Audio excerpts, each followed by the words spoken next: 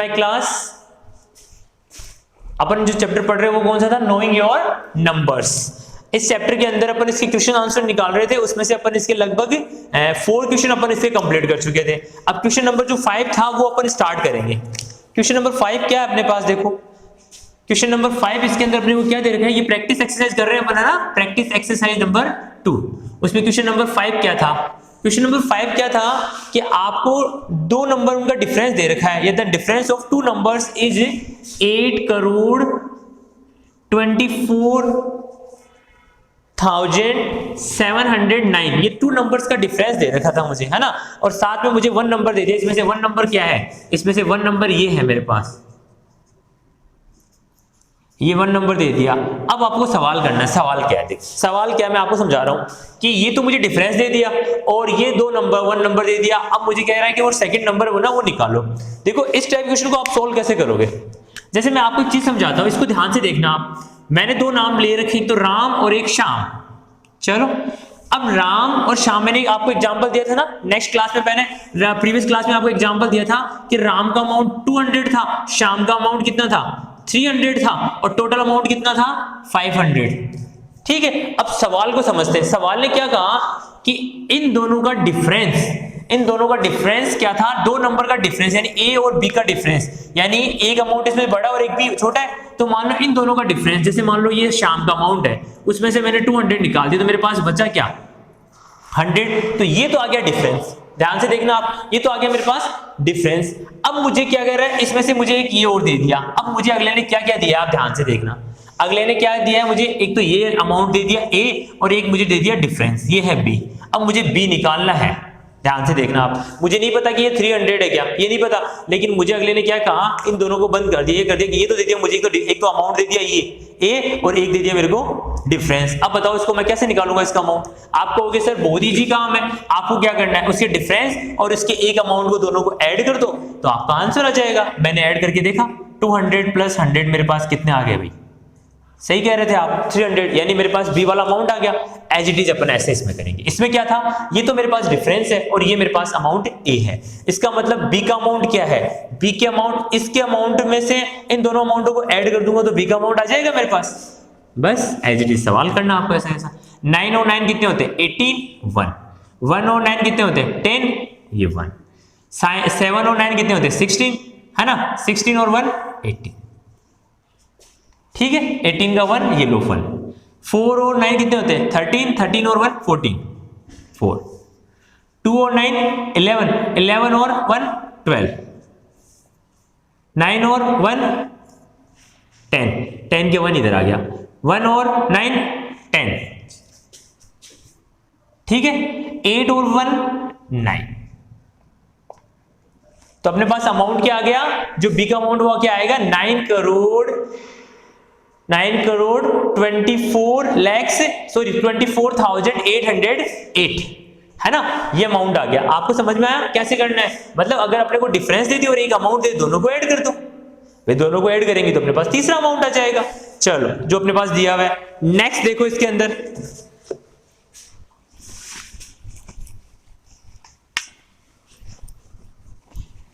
Question number 6। Question number 6 क्या दे रखा है मुझे, the products of two numbers is 570,648। Okay, if one of the number is 156, find the other number. Also right in words. देखो आपको क्या करना है, ये क्या कह रहा है, ये देखो इस सवाल को समझते हैं अपन। ये क्या कह रहा है कि दो नंबर्स का प्रोडक्ट क्या होता है, इसका मतलब समझो, यानी एक तो ए नंबर ले लिया मैंने, है ना, और एक को बी कर लिया। प्रोडक्ट का मतलब होता है दोनों का मल्टीप्लाई करना। A multiply B equal to क्या आ रहा है मेरे पास सी। ये एक तरह से एक नंबर आया मेरे पास। अब अगले ने मुझे क्या क्या दिया, ध्यान से समझना इस बात को। मुझे सी दे दिया अगले ने, सी कितना है, ये लो, ये इनका प्रोडक्ट है भाई, इनका जो अमाउंट है प्रोडक्ट वो ये आ गया, और इनमें से एक अमाउंट मुझे ये दे दिया 156। अब मुझे क्या निकालना है इसके अंदर से, ए निकालना है। ए कैसे फाइंड करूंगा, इक्वल टू, देखो जब भी कोई चीज इस तरह से फाइंड करनी होती है ना, इसका मतलब क्या होता है, जो चीज मल्टीप्लाई में होती है ना वो इक्वल टू की उधर हमेशा कैसे में चली जाती है, अपन उसको करेंगे तो उसको डिवाइड में चली जाती है। तो a इक्वल टू मैं इसको ऐसे नहीं लिख सकता क्या, 570,648 डिवाइडेड 156 डिवाइडेड 156, ये मेरे पास एक इक्वेशन बन गई। ध्यान से देखो, ये आपके काम आएगी, मैं आपको केवल समझाने के लिए, एक्सप्लेन करने के लिए चीजें बता रहा हूं। मतलब क्या हुआ, मुझे ए नंबर निकालना है, जब दो प्रोडक्ट दिए हुए एक नंबर निकालना है, एक नंबर दे दे मुझे, है ना, तो मुझे क्या करना है, उसको उससे डिवाइड करना है, तो आंसर आ जाएगा। चलो अब सवाल करते हैं अपन, ये केवल मैंने आपको समझाने के लिए यहाँ पे एक्सप्लेन किया। अब देखो ध्यान से, तो मुझे क्या करना है, अगर सेकंड नंबर निकालना है, अगर मुझे प्रोडक्ट दे रखा है तो मैं इस नंबर को निकालूंगा, कैसे निकालूंगा, देखो सबसे पहले इस नंबर के अंदर इसका डिवाइड करेंगे, है ना, ये 3 टाइम चला जाएगा, चेक करके देखना आप।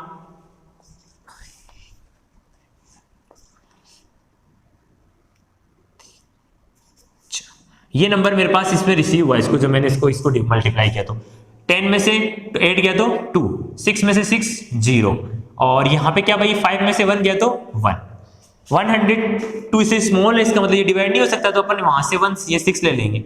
ठीक है, 6 लेने के बाद मैंने क्या किया, लगभग 6 से इसे मल्टीप्लाई करके देखो,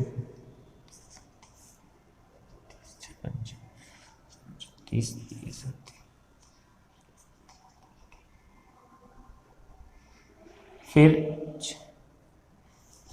6 और 3 9, ये नंबर मैंने से किया, सबट्रैक्ट करके देखो 0 9, यहाँ पे क्या है, इधर ही हो गया, तो ये क्या आएगा अपने पास, पहले 10 हुआ, 10 में से इसने दिया तो ये 12 हुआ, 12 में से अपन ने ये 9 आ गया, यहाँ पे क्या बचा 9, 9 में से 9 गया तो क्या बचा 0, 90 नहीं जा रहा, फिर अपन ने इसमें क्या कर दिया 4, अब ये देखो 6 से किया तब ये नंबर आ रहा है, इसका मतलब इससे छोटा नंबर आएगा, तो मैंने इससे क्या किया 5 से कर दिया, 5 से चेक करके देखो, 5 से इसे करूंगा तो क्या आएगा,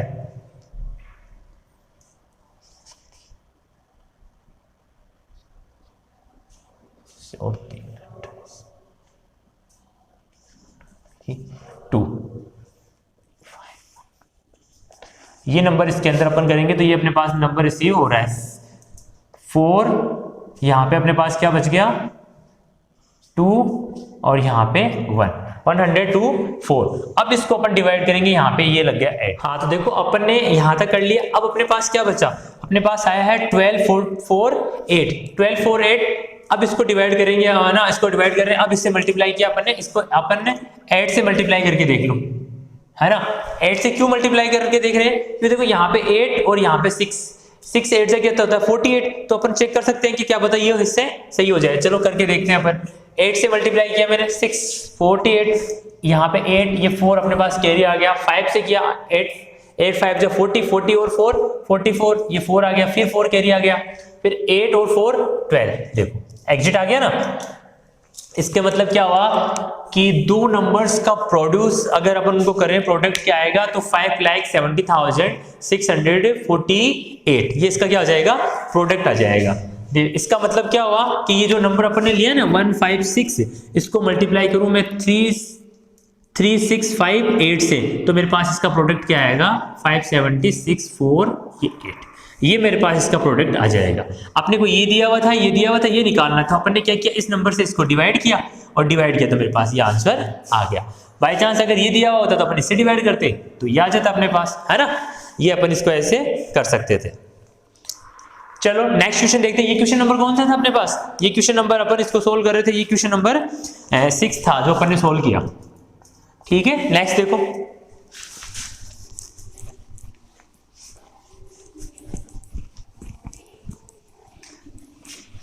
क्वेश्चन नंबर 7 देखो क्या दिया हुआ है, if divided and divisor of a problem of division are 98,652 and 56 respectively, find the remainder and quotients. देखो इस सवाल को समझने के लिए मैं आपको एक चीज बताऊं, इधर देखो ध्यान से, जब भी अपन कोई नंबर को डिवाइड करते हैं, जैसे मान लो मैंने इस नंबर को डिवाइड किया, मान लो कि ये 21 है, इसको मैंने 21 को मैंने 5 से डिवाइड किया या 4 से डिवाइड किया, मैंने इसको 4 से डिवाइड किया तो कितने टाइम डिवाइड हो गया ये 5 टाइम। अब आपको मैं सीधे बता रहा हूं, वो चीजें समझनी है आपको, कैसे कैसे इसको सोल्व करते हैं अपन। देखो ये जो चीज होती है इसको बोलते हैं डिवाइडेड, ये डिवाइडेड होता है, ये होता है डिवाइजर, ये अपने पास होता है क्वेश्चंस और ये होता है रिमाइंडर। ध्यान से देखो, ये डिवाइडेंड, ये डिवाइजर, ये क्वेश्चंस और ये है रिमाइंडर। इनके लिए एक फॉर्मूला होता है। क्या फॉर्मूला होता है कि अपन एग्जैक्टली क्या करते चेक कर सकते हैं कि अपन ने जो डिवाइड किया वो राइट है या नहीं है। तो इसके लिए सबसे अच्छा फॉर्मूला क्या है कि ये divided equal to divisor multiply quotients, यानी डिवाइजर और क्वेश्चंस को मल्टीप्लाई कर दो और उसके अंदर आप आर रिमाइंडर जोड़ दो। ये फॉर्मूला आपको हमेशा काम आएगा जब आपको कभी भी इसका ये वेरीफाई करना हो कि अपन ने जो डिवाइड किया है वो सही है या गलत है, उससे अपन वेरीफाई कर सकते हैं। देखो इसको करते हैं, जैसे ये अपन ने किया है राइट है या रॉन्ग है, करते हैं। डिवाइडेड कितना है 21, डिवाइजर कितना है 4, क्वेश्चंस कितना है 5, कोष्टक प्लस रिमाइंडर कितना है 1। चेक करो 4 इनको किया तो क्या है 20 प्लस 1 इक्वल टू 21, ये भी 21। अगर दोनों इक्वल आ रहे हैं इसका मतलब अपना जो डिवाइड है वो राइट है वरना रॉन्ग है। मैं आपको ये चीजें अपन आगे और पढ़ेंगे, मैं केवल आपको जो चीज समझाना चाह रहा हूं वो समझते हैं। देखो इस क्वेश्चन में अपन को क्या किया अगले ने, इस क्वेश्चन में अपने को अगले ने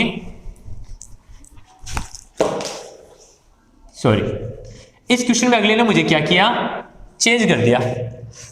ये डिवाइडेड और ये डिवाइजर दे दिया। अगले ने डिवाइडेड तो डिवाइजर तो दिया मेरे को 56 और डिवाइडेड जो डिवाइजर मेरे को दिया है वो कितना दे रखा है अगले ने, डिवाइजर तो 56 दिया है और डिवाइडेड दिया 98652 98652, ये मेरे को इन्होंने दे दिया डिवाइडेड। अब मुझे क्या करना है, डिवाइजर डिवाइडेड दे दी तो मुझे क्या करना है, इसके क्वेश्चंस और रिमाइंडर निकाल लें। बस सिंपल डिवाइड करना, आंसर समझ में आ जाएगा।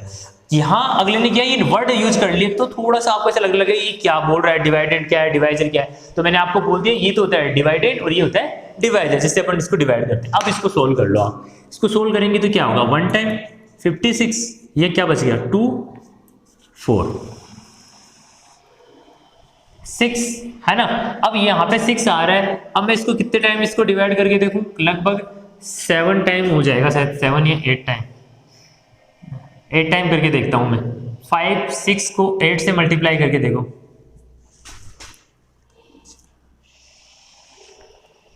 ये लो ये 4 4 8 होता है, क्योंकि 4 4 8 इससे क्या है बड़ा नंबर है, इसका मतलब 8 टाइम तो नहीं हो सकता, तो इससे किससे मल्टीप्लाई करेंगे 7 से।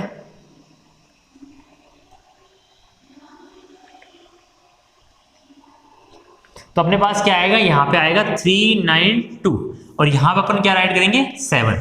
ठीक है, नेक्स्ट देखो इसको निकालेंगे इसमें से, तो अपने पास क्या बचा 4 3 0।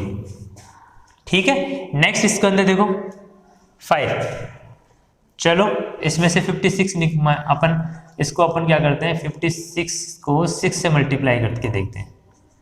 6 6 जा 36, 3 6 35, ये 36, तो ये से स्मॉल नंबर आ रहा है, इसका मतलब कितने टाइम चला गया 6 टाइम, यहां लिख दो 6 6 3 6।